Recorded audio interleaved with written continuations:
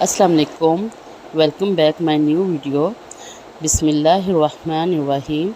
Screen पर दुआ चल रही है, दुआ लीजिए। और आज हम बनाएंगे चिकन पोटैटो नगेट्स बच्चों के लंच बॉक्स के लिए। तो इसके लिए हमने 1 पाव चिकन लिया है और आधा किलो आलू लिए हैं। हमने अच्छे से चिकन को धो लिया है और चॉपर लेंगे एक। आपके पास चॉपर नहीं है अगर तो आप कीमा भी मंगवा सकते हैं चिकन का। तो चॉपर लेंगे, चॉपर में आलू डालेंगे सारे और चिकन धो के डालेंगे। आलूओं को धोकर अच्छे से काट लिया हमने और हरी मिर्ची डालेंगे इसमें। ब्रेड के 2 स्लाइसेस डालेंगे।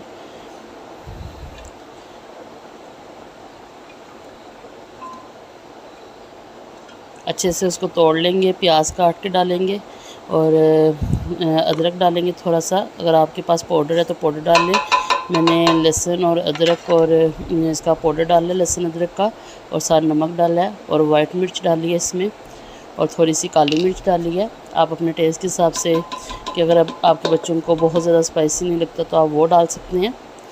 तो इसमें बस वाइट और ब्लैक मिर्च ही जाएगी। और इस स्टेज पे इसमें 1 अंडा डालेंगे।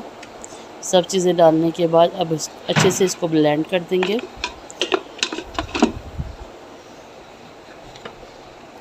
ये बहुत सॉफ्ट और बहुत मज़े के नगेट्स बनते हैं, लेकिन ये बनाकर हम बहुत ज़्यादा देर के लिए फ्रीज़ नहीं कर सकते। बस यही है कि ये फ़ौरन से इसको बनाया और 1-2 दिन में हमने इसको बच्चों को बना के दे दिए। ये सॉफ्ट से होते हैं, देखने में तो ये बहुत ज़्यादा ढीले और मटेरियल लगता है इसका।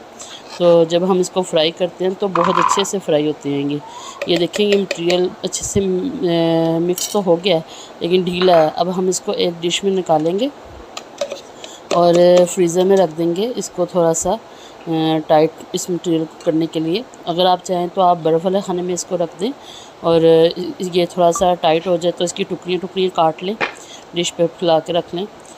तो मैंने ऐसे ही नीचे वाले खाने में ही रखा था, तो ढीला ही था मटेरियल, तो उससे ऐसे ही कबाब बना लिए थे, नगेट्स बना लिए थे और बहुत अच्छे बन गए थे वैसे भी नगेट्स।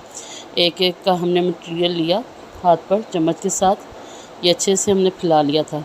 अगर हम इसको बर्फ़ वाले खाने में रखेंगे तो इसको जब हम निकालेंगे तो छुरी के साथ उसकी मदद से हम इसकी टुकड़ियाँ काट लेंगे और वो ऐसे ही हम उसको ब्रेड क्रम और मैदा और ब्रेड क्रम लगा के फ्राई करेंगे तो वो बहुत अच्छे से फ्राई हो जाएंगे।